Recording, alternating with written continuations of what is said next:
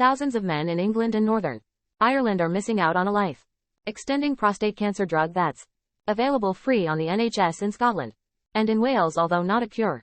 Abiraterone can help stop prostate cancer spreading to other parts of the body in England and Northern Ireland. The NHS will only provide it for men with very advanced disease when other treatments have failed. Our health editor who Pim reports, I was very shocked and it changed the way I feel about a lot of things, still swimming and enjoying other hobbies. Giles was diagnosed with prostate cancer in March. He was told a potentially life-saving drug Abaton was not available on the NHS in England, so he's opted to pay for it privately, but in Scotland and Wales the drug is provided to NHS patients. I feel very, very fortunate that I can afford it. I think it's outrageous that there are men in England who aren't getting this, who can't afford it. It's not about cost. No one seems to be disputing the science. It seems that it is just a bureaucratic process, which is kind of unbelievable. The drug Abaton is only available to the sickest patients. That's what it was originally licensed for. Now it's a lot cheaper, and new research shows it can be effective for men like Giles, whose cancer hasn't spread. The drug was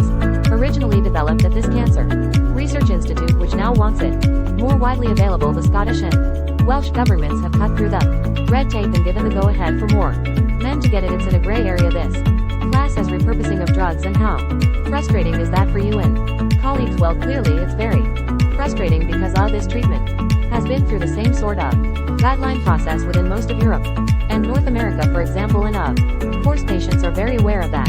The Department of Health covering England said it understood the frustration of some patients who couldn't get the medicine, and the NHS would review wider use next year. David, who lives in Edinburgh, believes Abaton has made a big difference combined with other treatment.